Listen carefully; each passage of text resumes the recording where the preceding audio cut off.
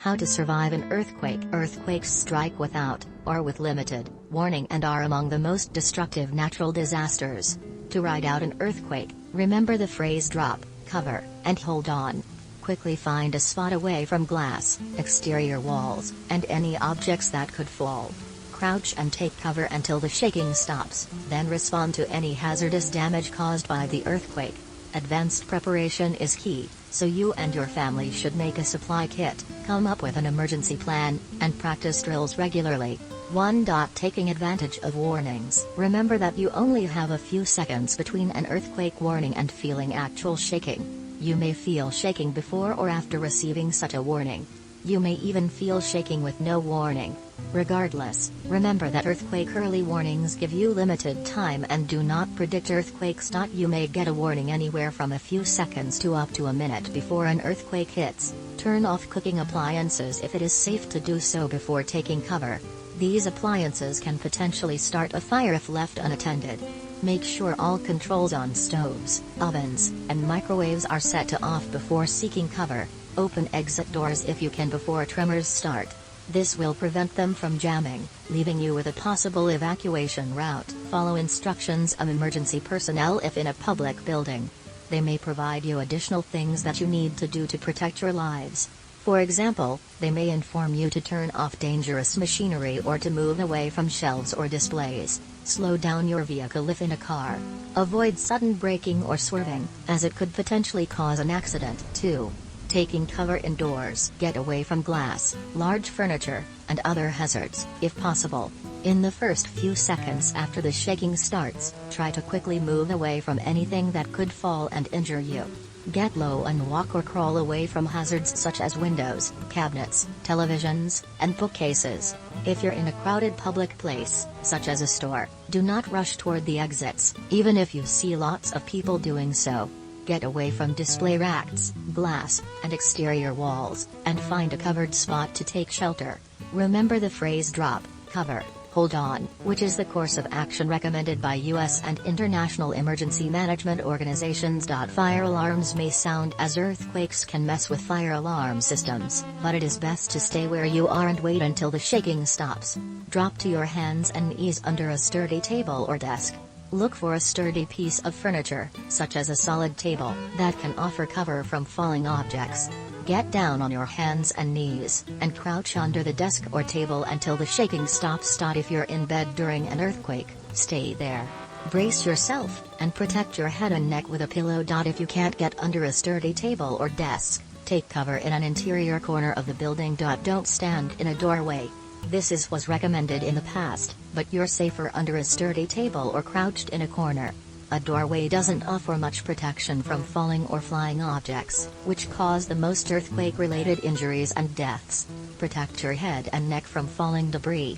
If possible, grab a pillow, sofa cushion, or another object to shield your face and head. If there's nothing nearby to use as a shield, cover your face, head, and neck with your hands and arms. A strong earthquake can kick up clouds of dangerous dust. If this is the case, you should also cover your nose and mouth with a handkerchief or an article of clothing. Remain in your safe spot until the shaking stops. Stay put until the shaking has stopped for 1 or 2 minutes.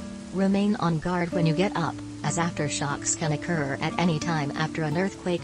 In the event of an earthquake, you and your family, or co-workers, if you're at work, should meet in a designated safe location. Create an action plan in advance, and head to the designated meeting place once the shaking has stopped. If an aftershock occurs, drop, cover, and hold on until it stops. Use caution around debris after leaving your shelter. Watch out for broken glass and rubble. If you're not wearing shoes, tread lightly, and be extremely careful not to injure yourself. Grab a pair of heavy-soled shoes and, if you're wearing light clothing, put on a pair of pants and a long-sleeved shirt. In a strong earthquake, remember to cover your mouth to avoid inhaling dust, especially if you have a history of any respiratory diseases. If you're trapped, don't shout, as you'd risk inhaling dust. Instead, send a text or call emergency services, tap on a hard surface, or, if you have one, blow a whistle to alert first responders of your location. Check for injuries and render aid, if needed. Call emergency services if you or someone nearby are injured and need medical attention. If you know first aid or CPR, administer emergency care as needed. To perform CPR, place one hand over the center of the person's chest, and hold your other hand over the first. Keep your arms straight as you press directly into their chest at a rate of about 100 beats per minute. Stop bleeding by applying direct pressure to the wound. Pack the wound with sterile gauze or a clean cloth and apply firm pressure. If firm pressure doesn't stop the bleeding, use a belt, article of clothing, or bandages to fashion a tourniquet. Wrap the tourniquet 2 to 3 in, 5.1 to 7.6 centimeters, above the wound toward the torso. For a wound on the thigh, wrap the tourniquet above the wound near the groin to limit the amount of blood flowing from the heart. If someone is seriously injured or unconscious, don't move them unless the building is structurally unsound or they're otherwise in immediate danger. Inspect the building for structural damage and hazards. Check for cracks in the building's structure, fires, the smell of gas, and damaged wires or electrical appliances. If you believe the building is unsound, evacuate immediately. If possible, and if there's no immediate threat that the building will collapse, respond to any utility hazards. If you smell gas or hear a blowing or hissing noise, open a window and quickly leave the building. Turn off the gas at the main valve outside and call the gas company. Note that a professional will be needed to restore service. Look for signs of electrical damage, including sparks, broken or frayed wires, and burning smells. If possible, turn off the electricity at the main fuse box or circuit breaker. If you'd have to step in water to access the fuse box or circuit breaker, call an electrician instead of approaching it yourself. Put out any small fires with a fire extinguisher. If there's a larger fire, call emergency services. Evacuate immediately if there's a fire and you smell gas. Don't drink water from the sink, bathe, or use the toilet until your local authorities have advised that it's safe to do so. Plug the drains in sinks and bathtubs to prevent sewage backflow. 3. Riding it out in a vehicle. Stop in a clear area away from trees, buildings, and other structures. Find an open area and stop your vehicle on the shoulder or side of the road. Get as far away as you can from utility poles, large structures, bridges, and any other potential hazards. Pay attention to surrounding traffic, and stop only when it's safe to do so. Don't stop abruptly, or vehicles to the rear might collide with you. Set your parking brake and wait until the shaking stops. The car may jiggle violently during an earthquake, but stay put and try to remain calm. You're safer in a car than outside, since vehicles offer protection from debris and falling objects. Turn on your radio, as channels should be broadcasting emergency broadcast information. Beware of damaged roads, debris, and other hazards when you continue driving. Listen for reports of road closures or hazards on the emergency broadcast. When the shaking stops, resume driving and keep your eye out for damaged roadways, sinkholes, unsound bridges, and any other potential hazards. If a power line has fallen on your vehicle or you're otherwise unable to travel, stay put. Call emergency services, and wait for first responders. 4. Staying safe outdoors. Move away from buildings, street lights, power lines, and bridges. The most dangerous locations during an earthquake are areas immediately around buildings. As soon as the ground begins shaking, try to get as far away as possible from any nearby structures. Stay low to the ground to keep your balance as you get to a safe spot, and keep your eye out for falling debris. Do not seek shelter under a bridge or overpass. Additionally, look out for sinkholes, open faults, or large holes in the ground. Crouch down low in a wide open area until the shaking stops. Once you've made your way away from nearby structures, get on your hands and knees and cover your head. See if there are any objects nearby to use as a shield, such as a trash can lid. If none are available, cover your head and neck with your hands and arms. Remain crouched low to the ground in a covered position until the shaking stops. Watch out for hazards as you assess your surroundings. As you venture out after the earthquake, beware of broken glass, rubble, downed power lines, fallen trees, and any other potential hazards. Check yourself and anyone nearby for injuries.